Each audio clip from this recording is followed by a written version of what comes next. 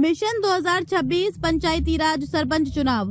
ग्राम पंचायत थला से समाज सेवी व भामाशाह श्रीमान हीरालाल चौधरी से खास मुलाकात। समाज सेवी हीरालाल चौधरी ने बताया कि हमारी ग्राम पंचायत थला में गौ माता के लिए गौशाला बनवाने के लिए हमारा प्रयास रहेगा, क्योंकि किसान को भी फायदा होगा और एक्सीडेंट होने के भी चांस कम रहेंगे। अगर मेरी ग्राम पंचायत की जनता मुझे मौका देती है तो मिशन 2026 में तो मेरा पूरा प्रयास रहेगा ग्राम पंचायत थला को राजस्थान की 1 नंबर की ग्राम पंचायत बनवाने का। दूसरा मुद्दा शिक्षा को बढ़ावा देना और ग्राम पंचायत स्तर पर लाइब्रेरी खोलने का प्रयास रहेगा।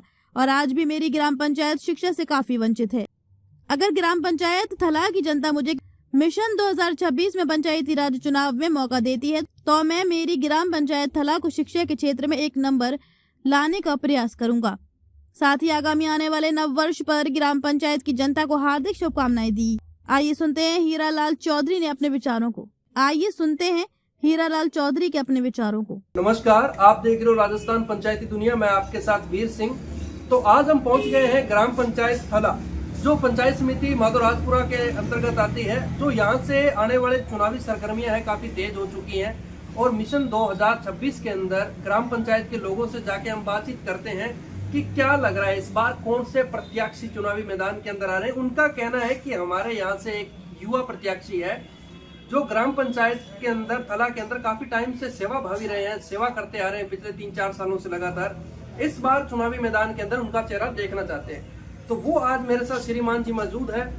ग्राम पंचायत थला से युवा साथी हीरालाल चौधरी से हम जानेंगे क्या इनके मुद्दे हैं, क्या मसले हैं और किन उद्देश्यों को लेके चुनावी मैदान में आएंगे।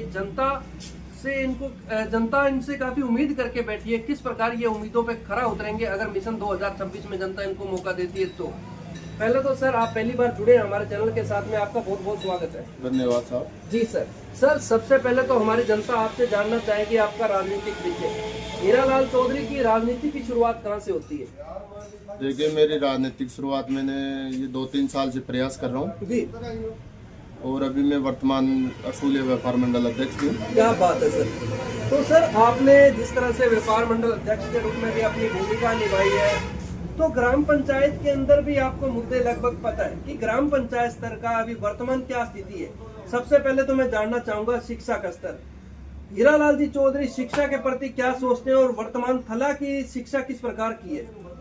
देखिए, हमारे ग्राम पंचायत थला में थोड़ी शिक्षा ठप है। तो मेन मुद्दा आता है, बच्चे दूर दराज लाइब्रेरियों में जाते हैं आजकल जी। तो पहला मुद्दा है मेरा लाइब्रेरी जी सर।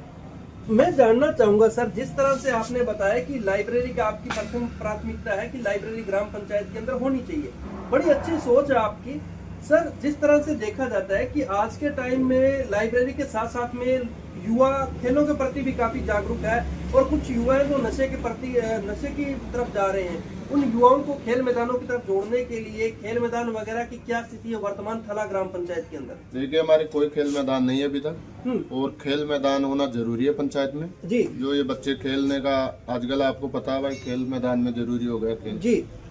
तो और ये नशा मुक्ति से दूर रहे जी, यही प्रयास रहेगा जी सर। जिस तरह से अपन बात करें ग्राम पंचायत के अंदर, अपने बच्चियों की बात की, युवाओं की बात की, अब बात आ जाती है ग्राम पंचायत की महिलाओं की।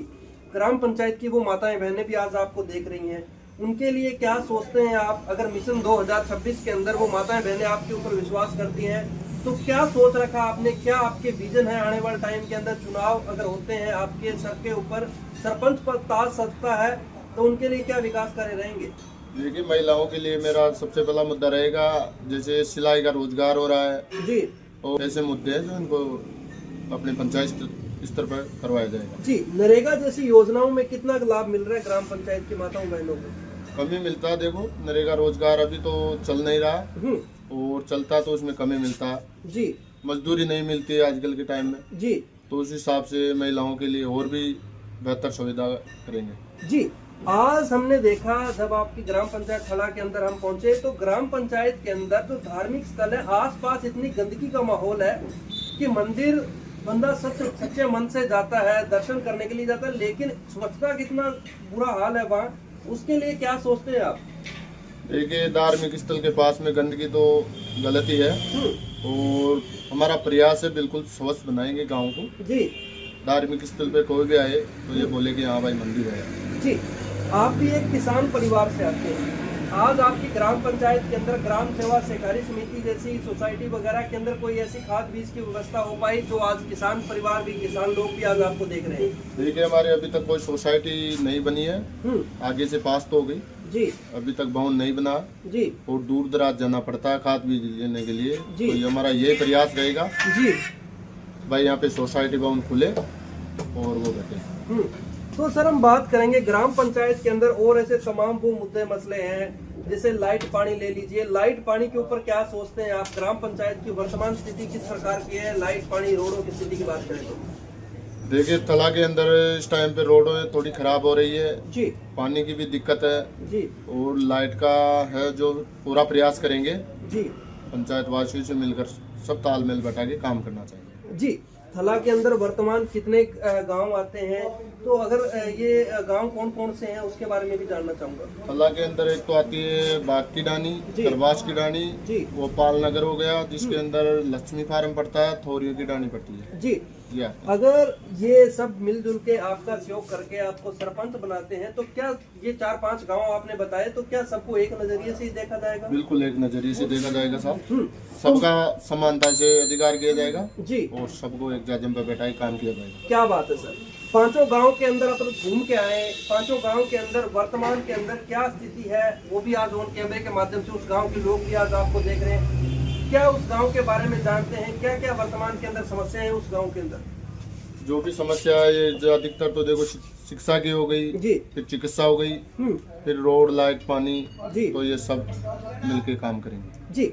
एक ग्राम पंचायतों में क्या नगर पालिका जैसा सिस्टम चल रहा है कि ग्राम पंचायत के अंदर स्ट्रीट लाइटें लगती हैं, जो हाई मास्क लाइट भी बोलते हैं, चौराहों के ऊपर बड़ी हाई मास्क लाइट लगती है कि ग्राम पंचायत को अंधेरे के अंदर ऐसी कोई चोरी की वारदात हो, बहन बेटी आराम से आ जा सके, कोई ऐसी व्यवस्था है अभी वर्तमान ग्राम पंचायत में? अभी तक ऐसी कोई व्यवस्था नहीं है और हम रोड लाइटें भी लगवाएंगे जी, और पंचायत परिसर में कैमरे लगवाएंगे जी, मंदिरों में लगवाएंगे जी, जिससे आमजन को राहत मिल सके। क्या बात है। और कोई ऐसी घटना से शिकार ना हो। जी सर, ग्राम पंचायत के अंदर बड़े बुजुर्ग कहीं ना कहीं रह गए, उनके आशीर्वाद के बिना कुछ नहीं होता। बड़े बुजुर्गों के लिए क्या सोचते हैं आप? काफी लोग वंचित भी हैं बहुत सी ऐसी योजनाओं से, उनके लिए क्या सोचते हैं आप? देखो, बड़े बुजुर्गों के लिए तो ये है भाई, उनको जो पेंशन में नहीं है उनकी पेंशन बनवा दी जाएगी। और भी बड़े बुजुर्गों के लिए हॉस्पिटल में डॉक्टरों की सुविधा होनी चाहिए जी, ये चीजें तो सब करवाएंगे। तो सर, जैसे मैं आपसे पूछना चाहूंगा, आपका खुद का बिजनेस व्यवसाय भी है, गांव को कितना टाइम दे पा रहे हैं अभी आप वर्तमान में? क्योंकि चुनावी सरगर्मियां तेज हो रही है, गांव के लोगों के बीच में भी रहना जरूरी हो जाता है, कितना समय निकाल पा रहे हैं आप?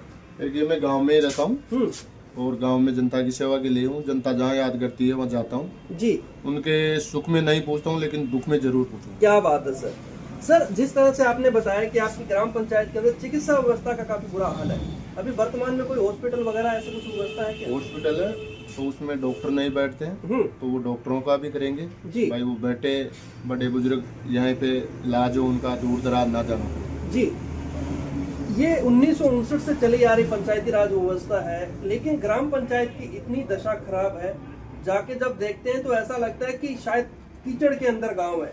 आपको कैसा लगता है जब आप गांव के अंदर इंटर होते हैं? क्या लगता है कि वास्तव में वास्तविकता स्थिति ऐसी ग्राम पंचायतों की होनी चाहिए? नहीं, पंचायत में सही विकास होना चाहिए। गांव में दसी तो ये लगे भाई कोई ढंग की पंचायत में आए हैं, दूर दराज के भी देखे तो हाँ भाई, यहाँ के जो भी प्रतिनिधि है उसने काम किया है। जी। माधव राजपुरा के अंदर आप कौन से नंबर पे अपनी ग्राम पंचायत को लाना चाहते हैं अगर मिशन 2026 के अंदर जनता मौका देगी तो? अगर जनता मौका देती है हमारे को तो माधव राजपुरा में हम 1 नंबर पे लाके छोड़ेंगे जी, ये मेरा प्रयास है जी।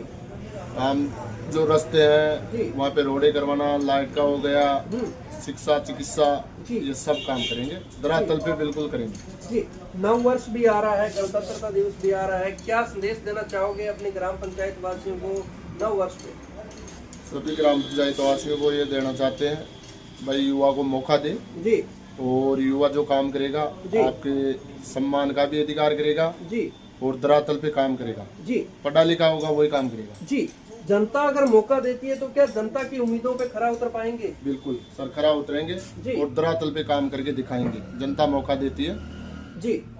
तो जी सर, तो जैसे कि हम बात करें इनका कहना है कि अगर जनता एक बार मौका देगी तो उनकी उम्मीदों पे जरूर खरा उतर के हम दिखाएंगे, कोशिश करेंगे, हम भी इनके साथ बने रहेंगे। चुनावी सरगर्मियां जिस तरह से तेज हो रही हैं, किस प्रकार ये विकास करवाएंगे, वो भी आपको अपडेट मिलती रहेगी। ग्राम पंचायत के चुनाव के अंदर इस टाइम काफी सरपंच और प्रत्याशी के रूप में ताल ठोक रहे हैं। पूर्व सरपंच भी चुनावी रणनीतियों के अंदर है। शांतिपूर्ण तरीके से चुनाव हो, सब मिलजुल के चुनाव करें। और बहुत बहुत शुक्रिया, आपने भी अपना कीमती समय दिया हमें। धन्यवाद साहब, राम राम जी। जय हिंद, जय भारत। देखते रहिए राजस्थान पंचायती दुनिया। मैं आपके साथ वीर सिंह, कैमरामैन जगदेव के साथ में बने रहिए हमारे साथ।